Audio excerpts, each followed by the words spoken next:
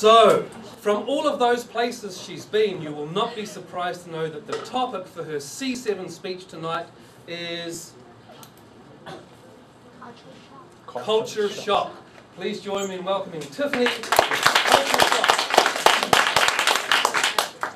Okay. My topic today is culture shock. Raise your hand if you've moved to a country and stayed there for more than a year. Okay. Raise your hand if you think you went through phases of so-called culture shock. Okay, so that is true. Culture shock is the shock of moving to a new foreign country Culture shock is the shock of moving to a new foreign country. Period there. Yeah. that kind of went weird. So anyways. And everybody kind of goes through culture shock in a different way. So for example, if you're a tourist going on your honeymoon to Bali for 5 days, you probably won't experience culture shock the same way an exchange student probably would. So culture shock has basically 3 distinctive phases, and everybody kind of goes through it in a little different way. As Ben just mentioned, I've been to many, many different countries, starting from Uruguay, Panama, New York, Honduras, Poland, Taiwan, and Malaysia. And a lot of people think since I've been moving so much, I probably don't experience culture shock anymore. Well, you are wrong. I experience culture shock every single time. And that is why I'm going to talk about it today and use my own examples to illustrate the different phases of culture shock. So, there are 3 different phases. The first one is the honeymoon phase. Yeah! The second one is the negotiation stage. No. The third is the adjustment stage. Okay. So let's go on and look at the first stage, the honeymoon stage. As you can see, it's kind of like taking a honeymoon. When you first step to that country, you feel everything is so great. You look at everything from a romantic light. Everything seems new, wonderful. You're fascinated by almost everything, and you feel very, very excited. The food might taste a little bit different. Maybe even the water that you drink tastes very, very good in that country compared to your own country, although it's pretty much the same. But everything just seems so great.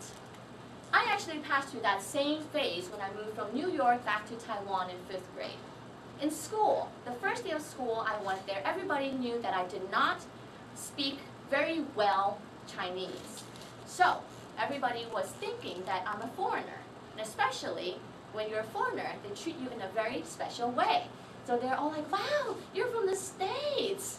Tell me all about it. All the kids wanted to talk to me. They gave me candy. They gave me cookies. They gave me a lot of special attention. Never in my life have I felt so special. Even the teachers treated me different. I mean, how many kids get tutor lessons from the principal teaching you when you're a 5th grader? Yeah, not many people. I got that sort of attention. So I felt that everything was just awesome. I loved the place. But of course, I was only passing through the first phase of culture shock, the honeymoon phase. And this is the second stage, the negotiation stage. This is when differences appear very, very evident. And you start feeling a little bit of anxiety. Everything starts to become a little bit annoying, like traffic, scooters, and everything is just sort of disgusting sometimes. So I got a lot of problems when eating things. I didn't feel very well. I don't know why, okay? And sometimes I got really irritated very often. So all this became from everything became disappointments. So I actually switched from the honeymoon stage to the negotiation stage pretty quick.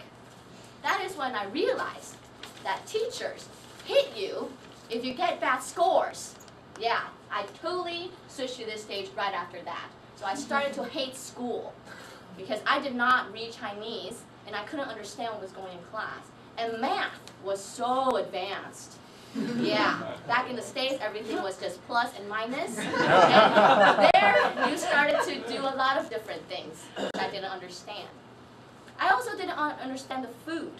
They ate fish with fish eyeballs as well as fins. And intestines were delicacies. Yeah.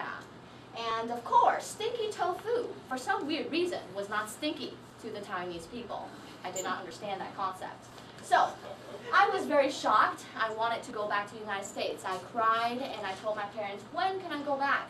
I want to go back and celebrate Halloween, Christmas, Easter. All of these things are not culture things that people do in Taiwan. But then, as I cried, my parents made it very clear that I would not be able to go back anytime soon. So, I had to switch to the next stage, which is called the adjustment stage. This is when you start to develop routines. You start to know what to expect in the culture. The country feels no longer new, and things start to slowly become normal.